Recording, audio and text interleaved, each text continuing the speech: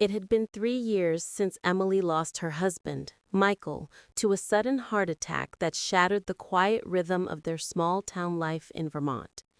They had built a home filled with laughter, warmth, and tiny moments that seemed ordinary at the time, but later became sacred. Every morning he'd brew coffee and hum Sinatra tunes. Every night he'd leave her little notes, simple ones like, "Don't forget your scarf," or "See you at 6." When he passed away at 45, she stopped setting 2 plates on the table. She stopped opening the curtains fully because the sunlight made the house feel emptier. Friends told her to move on, but grief isn't something you move on from. It just changes shape. 3 years later, Emily had accepted the silence, learned to live around it. Until one Tuesday morning in late November when she found an old voice recorder while cleaning the attic. It was buried inside a shoebox labeled Lake Memories 2017. Dust clung to it like cobwebs of the past. She didn't recognize it immediately.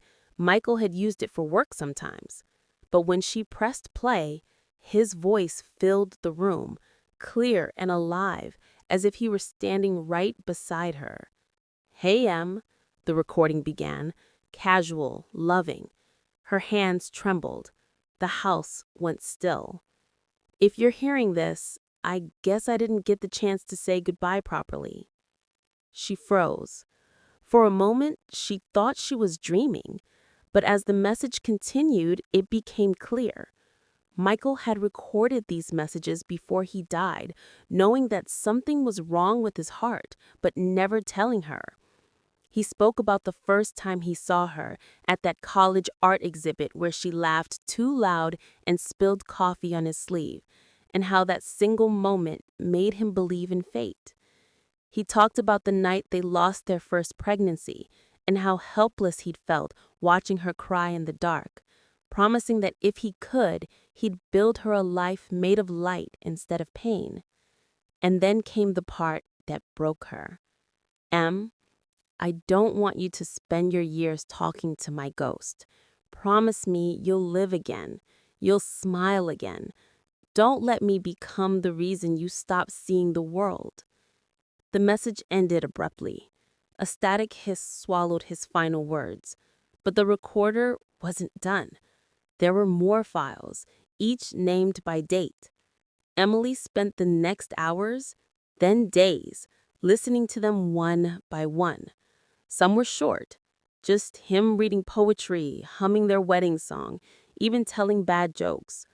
Others were long, reflections about their life, his regrets, and his quiet love for her. The fifth message was different. He mentioned a surprise he had hidden for her, something she would find when she was ready. That phrase echoed in her mind for days. She tore through every drawer, every box, searching for what he meant, until one night she noticed something odd in the old bookshelf he built himself. The back panel was loose. Behind it was a small envelope with her name in his handwriting. Inside were property papers and a key. The note read, "For your dream." Years ago, she used to talk about opening a small art cafe near the lake, a place filled with color, music, and hope. He'd always teased her, saying she turned every cup of coffee into a painting.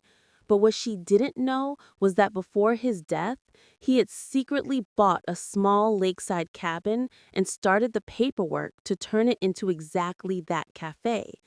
Tears blurred her eyes as she realized he'd spent his final months not just preparing to leave her, but preparing her to live.